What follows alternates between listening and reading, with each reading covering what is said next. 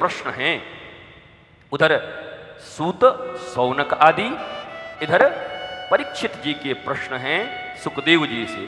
सुनने वाला कौन, सुनाने वाला कौन, और भागवत आई कहां से, इस पर थोड़ी चर्चा हो जाए सूत्रात्मक तरीके से।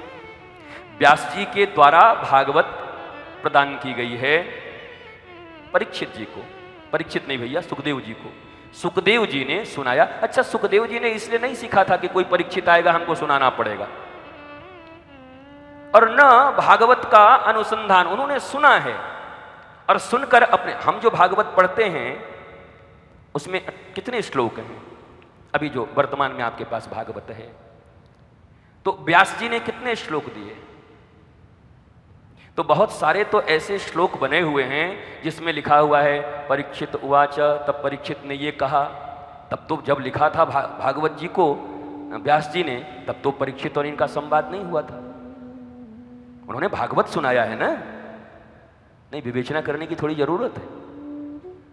व्यास जी ने भागवत दिया और सुखदेव जी को 3 बार पढ़ाया, मज्जागत हो गया, रोम रोम में आ गए भागवत।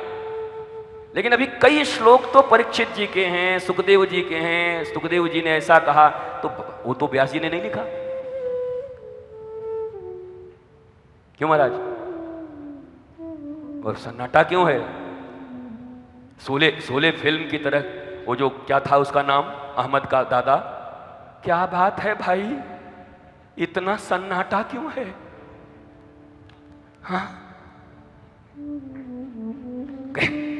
तो इस पर भी विचार करने की जरूरत है, विवेचना करने की जरूरत है। ये भी विवेचना हो महाराज, कभी आनंद आवे। तो परीक्षित जी ने सुखदेव जी से जो भागवत सुनी है, वो भागवत यहां पर विद्यमान है जिसको हम सुनते हैं। लेकिन भागवत किसी को केवल मृत्यु से बचाने के लिए, या भागवत इसलिए नहीं लिखा गया था।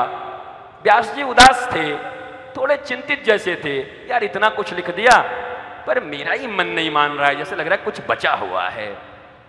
तो उनको लग रहा है क्या लिखूं क्या लिखूं, क्या बच गया क्या बच गया, ये भाव है उनका। तब न किसी परीक्षित को सांप काटने का श्राप मिला था और न कुछ ऐसी बात थी। इसका मतलब भागवत सिर्फ सांप काट दे उससे बचाने के लिए तो नहीं हुआ है।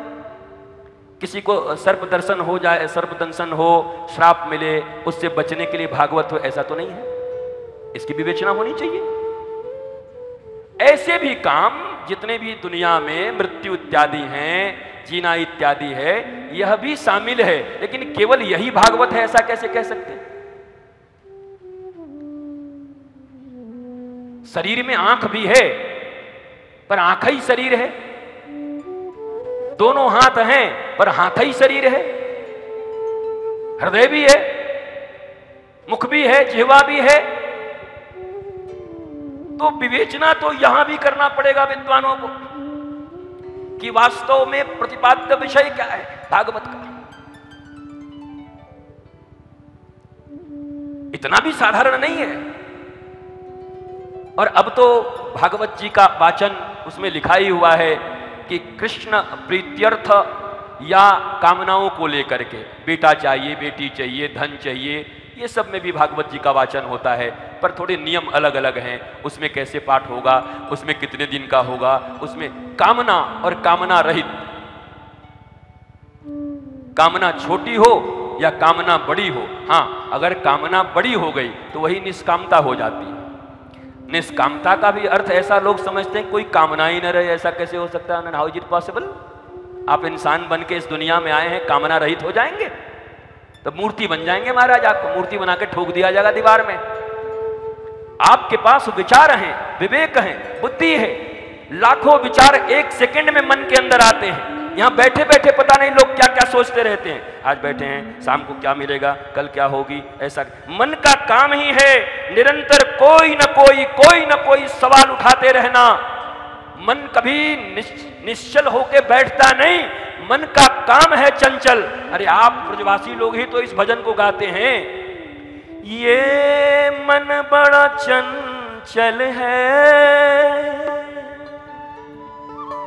कैसे तेरा भजन करूं, जितना इसे समझाऊं। हम गाने वाले नहीं हैं, हम सिर्फ आपसे ये पूछ रहे हैं। हम ही तो ये गाते हैं ना कि ये मन बड़ा चंचल है, कैसे तेरा भजन करूं। चलो हम गा के नाचेंगे, नाचेंगे। 7वां दिन है, भगवान का जन्म होगा, कल ही होगा ना। ठाकुर जी कल आएंगे तो कल नाचेंगे। महाराज क्या काम है, कल नाचेंगे, पर नाचने से पहले नाचने लायक तो बन जाए। नाच तो कब से रहे हैं, नाच तो भतीजे की शादी में भी सड़क पर रहे कि आज मेरे यार की शादी है, वो भी नाच रहे हैं। नाचने की कोई कमी है? जहां जा रहे हैं वहीं नाच रहे हैं, सड़क पे नाच रहे हैं, चौराहे पे नाच रहे हैं, और नाच नाच के अपने आप को देखे जा रहे हैं, कपड़ा ठीक है कि नहीं, मेकअप बहा कि नहीं, सब ठीक ठाक है, ठीक है ठीक है। और अपने को देख रहे हैं, दूसरा कोई नहीं देख रहा। मजे की बात है। हम भी जीवन में इतने कपड़े बनवाए, आज तक हमको कोई नहीं देखा। अंत में हमने कहा बेकार है, कोई किसी को नहीं देखता। यहां जितने बैठे हैं सब अपना अपना देख रहे हैं। वो जो आए हैं बीच बीच में अपना ऐसा करते हैं। अब बगल वाले से चिढ़ते भी हैं, अबे 10,000 का एक बार देख तो, भागवत बर्बाद कर दिया मेरा, एक बार भी देख नहीं रहा, एक बार देखो तो हमारा कपड़ा। आप अपने ही पहनते हो, अपने ही देखते हो, किसी को कोई मतलब नहीं है। हाँ, समाज वाले इसलिए जरूर बैठे हैं कि कोई आप कह दो पता है, हाँ ये 10,000 का है, 500 का हमारे लाए थे, ये जरूर कहने वाले हैं। तुम पानी डाल देंगे तुम्हारे सारे गर्मी पर, रोटी बना के पानी डाल देंगे ऊपर से।